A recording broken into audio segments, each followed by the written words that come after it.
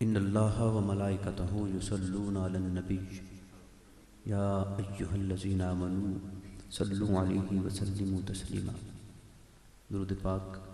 الصلاۃ والسلام علیک یا رسول اللہ، الصلاۃ والسلام علیک یا حبیب اللہ، الصلاۃ والسلام علیک یا شفیع المذنبین، الصلاۃ والسلام علیک یا رحمۃ للعالمین۔ معزز و محترم سامعین کرام، دعا فرمائیے کہ اللہ تعالی ہمارے اس میلاد پاک کی بز کو اپنی بارگاہ میں شرف قبولیت سے نوازے۔ اس وقت ٹھیک 9:57 ہو رہے ہیں اور ٹھیک 10:27 پر میں یہاں سے جو اپنے معروضات ہیں ان کو ختم کر کے رخصت چاہوں گا۔ آپ کے سامنے میں نے سورہ فتح سے ایک آیہ کریمہ تلاوت کی ہے جس میں اللہ تعالیٰ نے ایمان کا ذکر کیا۔ بندہ سوال کرتا ہے کہ مولا تو جو ارشاد فرماتا یا ایھا الذین آمنوا آمنو، اے ایمان والو ایمان لے کر آؤ، تو مولا کو ایمان کی سیڑھی تو ہوگی کہ جس پر چل کر ہم صاحب ایمان ہو جائیں۔ اللہ تعالیٰ نے سورہ فتح کی اس آیت میں ایمان کا طریقہ ارشاد فرمایا۔ اللہ تعالیٰ ارشاد فرماتا محبوب انا ارسلناک، اے محبوب ہم نے آپ کو رسول بنا کر بھیجا۔ فرمایا اب کسی کی جرت ہے جو میرے رسول کو رسول نہ مانے، جبکہ بنانے والے ہم ہیں۔ پہلا دعوی اللہ نے ایسا فرمایا کہ اللہ کی الوہیت کو چیلنج ہو جائے گا، اللہ کی قدرت کو چیلنج ہوگا۔ اب جو بندہ کہتا ہے کہ میں رسول کو رسول نہیں مانتا، اللہ فرماتا ہے بنایا تو میں نے ہے، تو کون ہوتا نہ مانے؟ تو اگر ابو جہل کہتا ہے کہ میں اللہ کے حبیب کو رسول نہیں مانتا، تو اللہ فرماتا ہے تیرے نہ ماننے سے کیا ہو جائے گا، جبکہ بنانے والا تو میں ہوں۔ اور پھر فرمایا صرف میں نے رسول کو رسول نہیں بنایا، انا ارسلناک شاہدا، جو رسول بنا سکتا ہے وہ نبی کو ہر چیز پر شاہد بھی بنا سکتا ہے۔ کہ میں نے نبی کو اتنی قوتوں سے سرفراز فرما دیا ہے کہ اگر میں اسرائیل کو ایک جگہ بٹھا کر پوری کائنات دکھا سکتا ہوں، ایک فرشتے کے دست قدرت میں ساری کائنات دے سکتا ہوں، تو حبیب تو ان کا بھی سردار ہے۔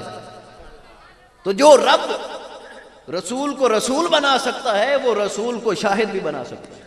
یہ میں نے سید احمد سعید کاظمی شاہ صاحب کا نام پڑھا تو میں چاہتا ہوں کہ رنگ بھی کاظمی ہونا چاہیے، کیونکہ وہ کبھی بغیر دلیل کے بات نہیں فرماتے۔ اور اللہ نے شاہد کیسے بنایا؟ اللہ تعالیٰ ارشاد فرماتا ہے محبوب میں نے اس امت کو امت وسطیٰ بنایا، میں نے امت کو امت وسطیٰ بنایا، وہ یکون الرسول علیکم شہیدا، اور رسول کو اس ہر امت پر گواہ بنا دیا ہے۔ اور اللہ تعالیٰ ارشاد فرماتا ہے کہ نبی کی گواہی کو صرف دنیا تک نہ رکھنا، اللہ تعالیٰ فرماتا ہے فَقَيْفَ إِذَا جِئْنَا مِن كُلِّ أُمَّةٍ بِشَهِيدٍ وَجِئْنَا بِكَ عَلَىٰ هَٰؤُلَاءِ شَهِيدًا۔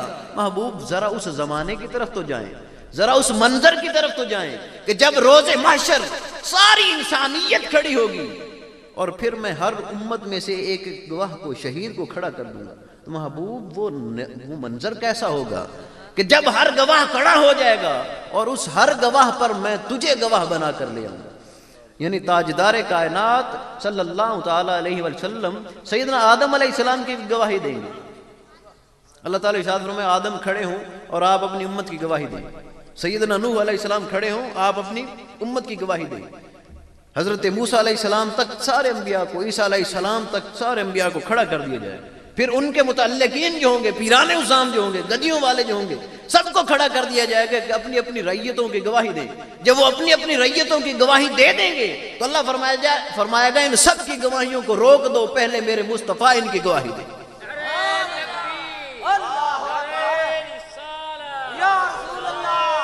اب ذرا ایمان سے کہہ دیں کہ اگر حضور اکرم صلی اللہ تعالیٰ علیہ وسلم بعد میں پیدا ہو رہے ہیں تو سیدنا آدم کی گواہی کیسے دیں گے؟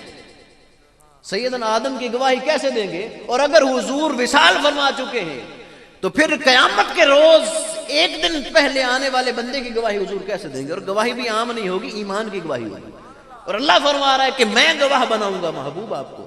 تو محبوب وہاں یہ نہیں فرمائیں گے مولا مجھے کیا پتا میرا آخری امتی صاحب ایمان تھا کہ نہ تھا۔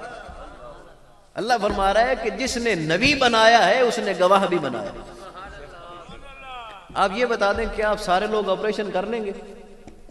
کون کرتا آپریشن؟ ڈاکٹر کرتا ہے نا، تو ڈاکٹر کو آپریشن کرنے کی قوت کس نے عطا فرمائی؟ اب اگر سارے انسان برابر ہیں تو پھر ڈاکٹر ہم سے جدا کیسے ہو گیا؟ اگر سارے انسان برابر ہیں تو پھر انجینئر ہم سے جدا کیسے ہو گیا؟ اللہ نے فرمایا جو ڈاکٹر کو تم سے جدا کر سکتا ہے وہ مصطفیٰ کو بھی تم سے جدا۔ نعرہ تکبیر، محبت سے ہاتھ اٹھا کے نعرہ رسالت، سیدی مرشدی، نعرہ حیدری، علماء اہل سنت۔ بندہ پوچھتا ہے مولا میں ایمان والا کیسے بنوں گا؟ اللہ فرماتا ہے پہلے تو میرے نبی کو رسول مان۔ مولا پھر فرمایا پھر میرے نبی کو شاہد مان۔ اب بندوں کے ذہن میں یہ جاتا ہے کہ نبی کو شاہد کیسے مان لے، نبی کو حاضر ناظر کیسے مان لے؟ اللہ فرماتا ہے بنایا جو میں نے ہے تو تجھے ماننا پڑے گا۔ اگر نہیں مانتا تو میری قدرت کو چیلنج کرتا ہے کہ اللہ شاید بنائے بھی نہیں سکتا، نعوذ باللہ من ذالک۔ تو اللہ فرماتا ہے جب میں نے بنایا ہے، جب میں کہہ رہا ہوں کہ میرا نبی شاہد ہے تو پھر میرے کہنے سے مانو۔ مولا شاہد مان لیا، تیرے نبی کو رسول مان لیا، اللہ فرماتا ہے کیا پھر ایمان کا میرا کامل ہو گیا؟ اللہ فرماتا ہے ابھی ایمان کامل نہیں ہوا۔ انا ارسلناک شاہدا و مبشرا، میں نے بشارت دینے والا بھی بنایا ہے کہ نبی زمین پر بیٹھے ہوتے ہیں اور لوگوں کی جنتوں کی بشارتیں عطا فرما رہے ہو۔ کہ جیسے ایک دفعہ سرکار دو عالم صلی اللہ تعالیٰ علیہ وسلم کی بزم ناز سجی ہے اور ایک صحابی رسول گزر رہے اور سر پر کپڑا ہے، سرکار نے فرمایا وہ جو شخص جا رہے ہیں یہ جنتی ہے۔ اب کس کو پتا کہ جو کون جنتی ہوتا ہے؟ لوگ کہتے ہیں نبی کو پتہ نہیں چلتا، اب سرکار کو کیسے پتا چلا کہ وہ جنتی ہیں؟ ایک صحابی اٹھے اور بھاگ کر حضور کے پاس گئے، وہ جو صحابی رسول جا رہے تھے ان کے پاس گئے اور جا کر ان کا نقاب الٹا تو سیدنا عثمان غنی نکلے، منہ ادھر کر کے کہتے ہیں حضور یہ تو عثمان غنی ہیں۔ سرکار نے فرمایا انہی کے لیے تو کہہ رہا تھا، انہی کے لیے تو کہہ رہا تھا۔ تو حضور بشارتیں بھی سناتے ہیں اور پھر فرمایا کہ ہم نے حضور کو نذیر بھی بنا کر بھیجا ہے کہ حضور ڈر سنانے والے بھی ہیں، حضور ڈر سنانے والے بھی ہیں کہ جو گنہگار ہوگا، جو خطا کار ہوگا اس کو اللہ کی ناراضگی کا بھی بتائیں گے۔ مولا ہم نے تجھ پر ایمان کا پوچھا تھا، ہم نے تجھ پر ایمان کا پوچھا تھا، تو نے نبی کے ایمان کی باتیں چھیڑ دی۔ اللہ فرماتا ہے ایمان کی ترتیب یہی ہے، ایمان کی ترتیب ہی یہی ہے کہ پہلے میرے نبی کو رسول مانو، پھر ان کو شاہد مانو، پھر ان کو مبشر مانو، پھر ان کو نذیر مانو۔ مولا کیوں؟ اللہ فرماتا ہے لِتُؤْمِنُوا بِاللَّهِ، تاکہ تمہارا اللہ پر ایمان قائم ہو جائے۔ بندہ کہتا ہے مولا باتیں تیرے نبی کی مانے، ایمان تجھ پر ہو جائے گا۔ اللہ فرماتا ہے یہی تو ایمان ہے، تم نبی کو نکال کر اپنا ایمان مکمل کر کے دکھا دو۔ اللہ فرماتا ہے میں نے جو راستہ بنا دیا۔ مولا پھر اللہ تعالیٰ ارشاد فرماتا ہے جب نبی کو یہ مان لو گے چار باتیں تو پھر کیا ہوگا؟ لِتُؤْمِنُوا بِاللَّهِ وَرَسُولِهِ، پہلے ایمان قائم ہو جائے گا پھر رسول پر ایمان لانا۔ مولا باتیں پہلے رسول کی منوائی ہیں، پہلے رسول پر ایمان ہونا چاہیے تھا۔ فرمایا نہیں، رسول کو مانو گے تو مجھ پر ایمان قائم ہو جائے۔ رسول کو ماننا میرا ایمان ہے، رسول کو ماننا مجھ پر ایمان کے مترادف ہے۔ مولا اب اس قابل ہو گئے کہ مصلی پر کھڑے ہو کر تیری عبادت شروع کر دیں؟ اللہ فرماتا ہے اتنے جلدی نہ کرو، اتنے ڈاڈے نہ بنو، پہلے میں بتاتا ہوں، ابھی تمہارا جو یہ برتن ہے یہ صاف نہیں ہے۔ مولا کیا کریں؟ اللہ تعالیٰ ارشاد فرماتا ہے وَتُعَزِّرُوهُ وَتُوَقِّرُوهُ، ایسا کرو اب نبی کو رسول مان لیا، شاہد مان لیا، مبشر مان لیا، نذیر مان لیا، ابھی تم صاحب ایمان نہیں ہوئے، اب ایسا کرو کہ نبی کی تعظیم بھی کرو اور توقیر بھی کرو۔ اب بعض لوگ یہ کہتے ہیں کہ نبی کی تعظیم کرو گے تو اللہ ناراض ہو جائے گا، تو یہ تو اللہ خود فرما رہا ہے کہ نبی کی تعظیم بھی کرو اور توقیر بھی کرو۔ تو جب وہ ناراض ہونے والا جس کے لیے کہا جاتا ہے کہ اگر تم نبی کی تعظیم کرو گے تو وہ ناراض ہو جائے گا، وہ فرما رہا ہے کہ نبی کی تعظیم بھی کریو اور توقیر بھی کرو۔ جب نبی کی تعظیم اور توقیر کر لی مولا، اب اللہ تعالیٰ فرماتا ہے اب تم اس قابل ہو گئے ہو کہ مصلی کے قریب آؤ۔ بعض لوگ تو کہتے ہیں نا صرف ہم نماز پڑھ لیں گے تو بخشے جائیں گے۔ اللہ فرماتا ہے نماز پڑھنے سے پہلے عاشق رسول ہونا لازمی ہے۔ نماز کی قبولیت کا دار و مدار محبت رسول پر ہے۔ پہلے یہ ساری باتیں مانو، پھر قابل ہو گئے تو پھر تمہاری نمازیں قبول ہوں گی۔ مولا اب قابل ہو گیا، فرمایا اب ایسا کرو تو سبحوہ بکرۃ واسیلا، اب آؤ نماز کی طرف کھڑے ہو جاؤ اور صبح سے لے کر شام تک اللہ کی حمد و ثنا بیان کرو، اللہ کی پاکی بولو۔ اب تمہارا جو برتن ہے یہ جو تمہارا جسم ہے اس قابل ہو گیا ہے کہ تم اللہ کی بارگاہ میں آؤ.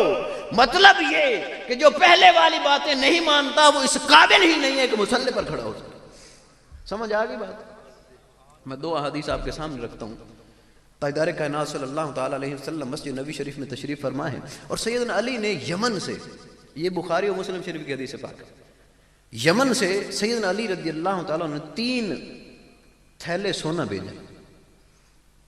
یعنی ایمان کا میں مدار بتا رہا ہوں. میں نے ایک بات بہت بڑی کر دی، میں نے بات بہت بڑی کر دی کہ نمازوں اور عبادات کی قبولیت کا دار و مدار عشق مصطفیٰ ہے، اور اس کے ثبوت کے طور پر میں بخاری اور مسلم سے حدیث پاک دے رہا ہوں. تاجدار کائنات صلی اللہ تعالیٰ علیہ وسلم تشریف فرما ہے.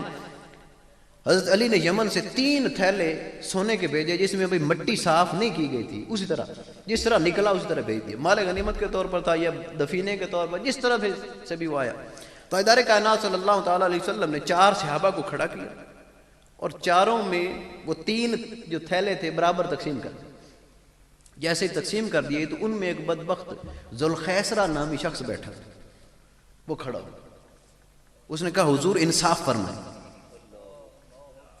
اور تاجدار کائنات کا رنگ بدل گیا اور سرکار نے فرمایا بدبخت، میری انصاف کے چرچے آسمانوں پر ہوتے ہیں اور تو مجھے بتائے گا کہ میں انصاف کروں؟ نبی کا سامنا کرتے ہو، نبی کو کہتے ہو کہ انصاف کرے. سرکار کا یہ فرمانا تھا کہ حضرت سیدنا خالد بن ولید اور ایک روایت میں کہ سیدنا عمر فاروق رضی اللہ عنہ کھڑے ہو گئے اور میں آقا ہمیں حکم دیں تو ہم اس کا سر تن سے جدا کر دیں. سرکار نے فرمایا نہیں، سرکار نے فرمایا نہیں، پہلے اس کو غور سے دیکھو. یہ جو بدبخت تمہارے سامنے کھڑا ہے، صحابہ تمہیں اپنی نمازیں ان بدبختوں کے آگے کم لگیں گی، تمہیں اپنی عبادات ان بدبختوں کے سامنے کم لگیں گی، تمہیں اپنے روزے ان بدبختوں کے سامنے کم لگیں گے. اب ذرا غور فرمائیں، صحابہ کی نمازوں کا ہم مقابلہ کر سکتے ہیں؟ صحابہ کی نمازوں کا ہم مقابلہ کر سکتے ہیں؟ سرکار نے فرمایا صحابہ یہ جو بدبخت میرے سامنے گستاخ بن کر کھڑا ہے اور میرے فیصلے پر اعتراض کر رہا ہے، حالانکہ اللہ نے قرآن فرمایا کہ تب تک تم مومن نہیں ہو سکتے جب تک کہ حضور جو فیصلہ فرمائے اسے دل سے تسلیم نہ کر لیں. تم دل سے تسلیم نہ کرو. ما کان للمؤمن ولا مؤمنۃ اذا قضى اللہ ورسولہ امرا، اللہ تعالیٰ نے فرما دیا ہے کہ کوئی بندہ حضور کے فیصلے پر اعتراض نہیں کر سکتا. آیت تخیر موجود ہے. اللہ نے تو منع فرما دیا تو اس نے حضور کے فیصلے پر اعتراض کیا. سرکار نے فرمایا ذرا اس کی نمازیں دیکھو گے تو صحابہ تمہیں اپنی نمازیں کم لگیں. اب صحابہ کی نمازوں کا کوئی اندازہ ہے؟ سیدنا عمر فاروق کی نیکیاں اتنی ہیں کہ جتنے آسمان میں ستارے بھی نہیں ہیں، اور صدیق اکبر کی نیکیاں اتنی ہیں کہ عمر کی نیکیوں کو 3 دفعہ ضرب دے دیں تو پھر بھی زیادہ ہے. اور سرکار نے فرمایا کہ صدیق تمہارے اسلام پر احسانات اتنے ہیں کہ میں نے ہر صحابی کے احسانات کا بدلہ دنیا میں چکا دیا ہے، لیکن تیرے احسانات کا بدلہ تیرا رب چکا ہے. ان صحابہ کو سرکار فرمانے صحابہ یہ بدبخت کھڑا ہے، اس کی نمازیں تمہاری نمازوں سے زیادہ لگیں گی. تو نمازوں پر مدار نہیں ہے، یہ ذہن میں رکھیں. ایمان کا مدار حضور پر ہے. حضور پر ایمان ہوگا تو پھر نمازیں ثواب دیں گی، پھر نمازیں ثواب دیں گی، پھر نمازیں ثواب دیں گی. اب سرکار نے فرمایا کہ اب اس بدبخت کو دیکھ لو، اس کی قرآن پڑھیں گے تو ان کے حلق سے نیچے نہیں جائے گا. قرآن بڑا خوبصورت پڑھیں گے لیکن ان کے حلق سے نیچے نہیں جائے گا، اور یہ دین سے ایسے خارج ہیں جیسے تیر شکار سے نکل جائے. اور سرکار نے فرمایا اس کے نمازیں بھی زیادہ ہیں، روزے بھی زیادہ ہیں. اور وہ بدبخت حضور کے پیچھے نماز پڑھتا تھا. حضور کے پیچھے نماز، جب حضور کے پیچھے نماز پڑھ لے ذرا بتائیں اس کی کس طرح وہ دوزخ میں جا سکتا ہے. لیکن سرکار نے فرمایا چونکہ یہ میرا گستاخ ہے، چاہے میرے پیچھے نماز ہی کیوں نہ پڑھ لے، میری زیارت ہی کیوں نہ کر لے، لیکن چونکہ میرا گستاخ بن گیا ہے لہٰذا میں کہتا ہوں کہ یہ دین سے خارج ہے. کلیئر ہوگی بات؟ صحابہ کرام فرماتے ہیں سرکار نے فرمایا اب اس کی نشانی یاد کر لو، اس کی پشت سے ایسے لوگ نکلیں گے جو دین سے خارج ہوں گے، اور ایسے خارج ہوں گے جیسے تیر شکار کے اندر سے نکل جاتے. صاحب وہ فرماتے ہیں ہم نے 5 نشانیاں اس کی دیکھ لی، اور حدیث پاک میں یہ میں گھر سے نہیں بنا رہا، یہ میں گھر سے نہیں بنا رہا. پہلی نشانی یہ تھی کہ اس کی آنکھیں اندر کو دھنسی ہوئی تھی. دوسری نشانی اس کی تھی کہ اس کی گال کی ہڈیاں ابری ہوئی تھی. تیسری اس کی نشانی یہ تھی کہ اس کی داڑھی جو تھی وہ گھنی تھی. داڑھی اس کی گھنی تھی۔ چوتھی اس کی نشانی یہ تھی کہ سر سے گنجا تھا، اور پانچویں نشانی اس کی یہ تھی کہ اس کی شلوار مبالغے کی حد تک اونچی تھی۔ اب مجھے ایمان سے کہتے ہیں کہ کیا داڑھی سنت رسول نہیں ہے؟ کیا ٹخنوں سے شلوار اوپر کرنا سنت رسول نہیں ہے؟ سنت رسول ہے نا۔ نماز پڑھنا کیا اللہ کا فرض بجا لانا نہیں ہے، نیکی نہیں ہے؟ روزہ رکھنا کیا نیکی نہیں ہے؟ عبادات بجا لانا کیا نیکی نہیں ہے؟ سرکار نے فرمایا یہ ساری نیکیاں اس کی اپنی جگہ، لیکن یہ بدبخت دین سے خارج ہے، اور جو اس کی پشت سے نکلے گا وہ بھی دین سے خارج ہوگا۔ وجہ کیا تھی؟ اس کی نیکیاں اور اس کی ساری جو اس کے سارے اعمال صالح تھے وہ رد کیوں ہو گئے؟ فرمایا صرف اس بات پر کہ اس نے نبی پر اعتراض کیا، نبی پر اعتراض کیا۔ اللہ تعالیٰ نے قرآن میں فرما دیا یا ایھا الذین آمنوا لا ترفعوا اصواتکم فوق صوت النبی، کہ اے لوگو سن لو، اے ایمان والو سن لو۔ اللہ نے کافروں سے تو بات ہی نہیں کی نا، کافروں سے تو بات ہی نہیں فرمائی۔ فرمایا یا ایھا الذین آمنوا، اے ایمان والو، لا ترفعوا اصواتکم فوق صوت النبی، سن لو اللہ کا حکم، نبی کی آواز سے اپنی آواز کو بلند مت کرنا، ان تحبط اعمالکم وانتم لا تشعرون، آخری فکر۔ اور بیچ میں بھی فرمایا وَلَا تَجْهَرُوا لَهُ بِالْقَوْلِ كَجَهْرِ بَعْضِكُمْ لِبَعْضٍ، اور نبی کے ساتھ ایسے لہجے میں بھی بات نہ کرنا جیسے آپس میں کرتے ہو۔ مولا اگر کر لی تو اللہ تعالیٰ فرماتا ان تحبط اعمالکم وانتم لا تشعرون، ایسا نہ ہو کہ میں اس ذوالخیسرہ کی طرح سے تمہارے اعمال کو ضبط کر لوں اور تمہیں پتہ ہی نہ چلے۔ تو حوالے قرآن سے بھی مل گئے اور حدیث سے بھی مل گئے۔ قرآن بھی یہ کہہ رہا ہے کہ جو نبی کا گستاخ ہے اس کی نمازوں کا اعتبار نہیں ہے، اس کی نمازوں کا اعتبار نہیں ہے، اس کی داڑھیوں کا اعتبار نہیں ہے، اس کی شلواریں اونچے کرنے کا اعتبار نہیں ہے۔ قرآن یہ کہہ رہا ہے ان تحبط اعمالکم وانتم لا تشعرون، ایسا نہ ہو کہ تمہارے اعمال حبط کر لیے جائیں اور تمہیں پتہ بھی نہ چلے۔ تو یہ بھی بات کلیئر ہو گئی، قرآن بھی یہی کہہ رہا ہے، حدیث بھی یہی کہہ رہی ہے۔ اور اب آئے ذرا کہ اعتبار کی بات بھی سن لیں۔ تاجدار کائنات صلی اللہ تعالیٰ علیہ وسلم کے پاس ایک صحابی رسول آ گئے، یہ بھی بخاری شریف کی حدیث بات، یہ بھی بخاری شریف کی حدیث پاک۔ صحابی رسول حضرت سیدنا عبداللہ ان کا نام ہے، اور وہ حضور کے پاس آئے اور آ کر بیٹھ گئے اور آ کر کہتے ہیں کہ حضور میں نے شراب پی ہے۔ پکڑے گئے، شراب پی ہے۔ صحابہ نے بھی گواہی دے دی، سرکار نے ان کو حد لگا دی، سزا پا گئے، توبہ کر لی، توبہ کر لی کہ حضور آج کے بعد شراب نہیں پیوں گا، شراب حرام ہے، کر بیٹھا ہوں لیکن معافی فرما۔ توبہ ہو گئی، ان کو سزا مل گئی۔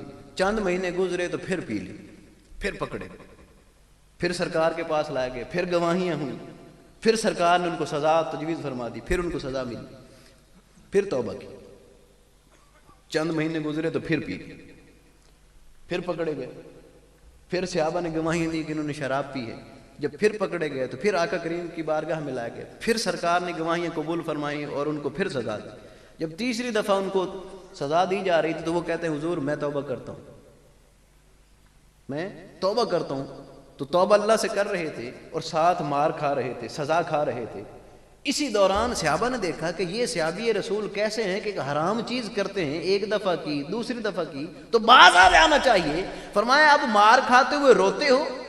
فرمایا تم پر لعنت ہو، تم پر اللہ کی لعنت ہو۔ صحابہ نعوذ باللہ من ذالک، ہم تو نہیں کہہ سکتے۔ صحابہ نے کہا کہ تم پر اللہ کی لعنت ہو کہ 3 دفعہ شراب پی چکے ہو اور پھر 3 دفعہ توبہ توڑ دی ہے اور حضور کے سامنے آ جاتے ہو۔ سرکار اندر مسجد نبی شریف میں سن رہے ہیں، سرکار نے فرمایا صحابہ اس پر لعنت نہ کرو۔ صحابہ رک گئے، فرمایا حضور کیوں نہ کریں؟ فرمایا یہ اللہ اور اس کے رسول سے محبت کرنے والا ہے، یہ اللہ اور اس کے رسول سے محبت کرنے والا ہے۔ بندہ حیران ہو جاتا ہے، مولا وہ نمازیں، وہ عبادتیں کرنے والا، وہ ریاضتیں کرنے والا، وہ دین سے خارج ہو گیا، اور یہ شراب پی کر توبہ توڑنے والا، 3 دفعہ توبہ توڑنے والا اور پھر اللہ سے توبہ کرنے والا، سزائیں کھانے والا، یہ کیسے اللہ سے محبت کرنے والا ہو گیا؟ تو حدیث پاک اس کا جواب دیتی ہے کہ سیدنا عبداللہ رضی اللہ تعالیٰ عنہ کا فعل یہ تھا، اس کے بعد انہوں نے سچی توبہ کی اور اس کے بعد کبھی شراب نہیں پی، اس کو حرام جانتے تھے۔ اور یہ بھی مسئلہ سمجھ لیں کہ اس حدیث سے کوئی یہ نہ نکال لے کہ شراب پاک ہے، شراب حرام ہے، حرام ہے، حرام ہے۔ وہ ان کی غلطی تھی، انہوں نے توبہ کی، انہوں نے توبہ فرمائی۔ تو شراب اسلام میں حرام ہے، شراب اور اس کے ساتھ جو بھی چیز نشہ دینے والی، چاہے وہ افیون ہو، چاہے وہ ہیروئن ہو، چاہے وہ چرس ہو، جو بھی چیز نشہ دینے والی وہ شراب کے حکم میں آتی۔ تو ہر چیز حرام ہے اسلام میں، جو اس پر یعنی کام پہ لگا ہوا ہے تو وہ حرام کا مرتکب ہو رہا ہے۔ تو جو اللہ کی راستوں کو پار کرتا ہے تو پھر اللہ کی رحمت کا وہ امیدوار نہیں ہوتا۔ اب اس کا عمل یہ سے سنیے کہ جب تاجدار کائنات صلی اللہ تعالیٰ علیہ وسلم مسجد نبی شریف میں بیٹھے ہوتے، ایک صحابی آتے اور آ کر حضور کو اپنا دکھڑا سناتے، سرکار کا دل رنجیدہ ہو جاتا۔ دوسرے صحابی آتے، وہ آ کر حضور کو دکھڑا سناتے، حضور کا دل اور مغموم ہو جاتا۔ اور کیفیت یہ ہوتی مسجد نبوی شریف میں، وہاں جہاد والے بیٹھے ہوتے جہاد کی باتیں کر رہے ہوتے، وہاں زکوٰۃ والے بیٹھے ہوتے زکوٰۃ کی باتیں کر رہے، وہاں پولیس والے بیٹھے ہوتے پولیس کی بات، یعنی نظام جو مسجد میں تھا، پوری پارلیمنٹ وہیں پر موجود ہوتی تھی، تو ہر بندہ اپنی اپنی ذمہ داریوں پر لگا ہوتا، کوئی خزانے کی بات کر رہا ہوتا، کوئی جہاد کی بات کر رہا ہوتا، کوئی مال غنیمت کی بات، یعنی نظام کو چلایا جا رہا تھا مسجد نبوی شریف میں۔ اور وہ صحابی رسول جو حضرت عبداللہ تھے جنہوں نے 3 دفعہ مار کھائی، وہ کیا کرتے، صبح نہاتے نماز پڑھتے آ کر حضور کے پہلو میں بیٹھ جاتے اور یوں بیٹھے رہتے، سارا دن ان کا کام یہ ہوتا، کوئی جہاد میں مگن ہے، کوئی کسی چیز میں، کوئی کسی چیز میں، وہ آتے صرف حضور کے پاس آ کر بیٹھتے۔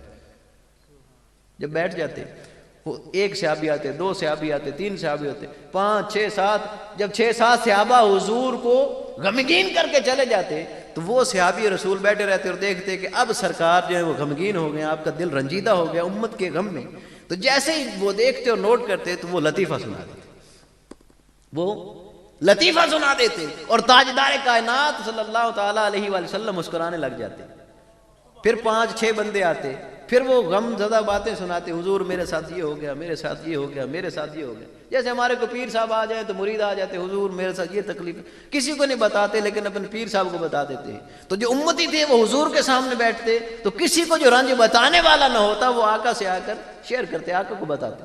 تو تاجدار کائنات صلی اللہ تعالیٰ علیہ وسلم ان کی باتیں سنتے اور مغموم ہو جاتے، تو پھر وہ لطیفہ سنا دیتے، پھر حضور خوش ہو جاتے۔ تو کسی کی ڈیوٹی جہاد پر تھی، کسی کی کسی پر، لیکن ان صحابی نے اپنی ڈیوٹی یہ لگائی ہوئی تھی کہ میں صرف آقا کو خوش کروں، کہ تمہیں جہاد مبارک، تمہیں زکوٰۃ کا نظام چلانا مبارک، تمہیں فلاں نظام چلانا مبارک، مجھے یہ نظام مصطفیٰ یہ ہے کہ میں سرکار کا درباری لطیفہ خواہ ہوں، کہ جب سرکار کا دل مغموم ہوتا ہے تو میں سرکار کو لطیفہ سنا کر سرکار کے دل کو باغ باغ کر دیتا ہوں۔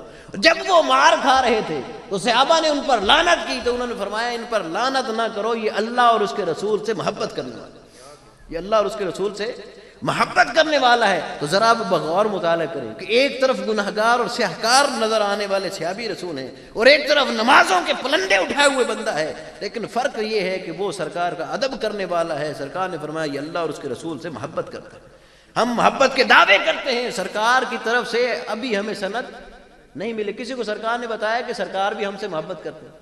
کسی نے بتایا؟ صرف ہم محبتوں کے دعوے، یہ یک طرفہ ہے۔ لیکن اس صحابی رسول کا مقام سنیں کہ جب وہ محبت کرتے تھے تو آقا نے تصدیق فرما دی کہ یہ اللہ سے بھی محبت کرتے ہیں اور مجھ سے بھی محبت کرتے ہیں۔ تو نمازیں پڑھ کر عبادات کر کے اگر گستاخ ہو گیا تو دین سے خارج ہو گیا، اور گناہ کر کے توبہ کر لی، غلطی مان لی تو اللہ کے رسول کو راضی کرنے والے بن گئے۔ تو سرکار نے فرمایا یہ اللہ سے بھی محبت کرتا ہے اور مجھ سے بھی محبت کرتا ہے۔ اور اب آخری حدیث پاک سماعت فرمائیں۔ تاجدار کائنات صلی اللہ تعالیٰ علیہ وسلم مسجد نبوی شریف، میرے پاس 7 منٹ ہے۔ تاجدار کائنات صلی اللہ تعالیٰ علیہ وسلم مسجد نبوی شریف تشریف فرمایا تو حضور نے چند باتیں غیوب کی ارشاد فرمائی، غائب کی باتیں جب ارشاد فرمائی تو چند ایک لوگ، بعض روایات میں کہ 300 تک تعداد تھی اور بعض میں 7 8 لوگ تھے، وہ جو مسجد نبوی شریف کے گیٹ پر گئے تو وہ یہ کہتے ہیں کہ حضور بڑی غائب کی باتیں بتاتے ہیں، دور دور کی باتیں بتاتے ہیں، لیکن حضور کو یہ نہیں پتا کہ ہم منافق ہیں۔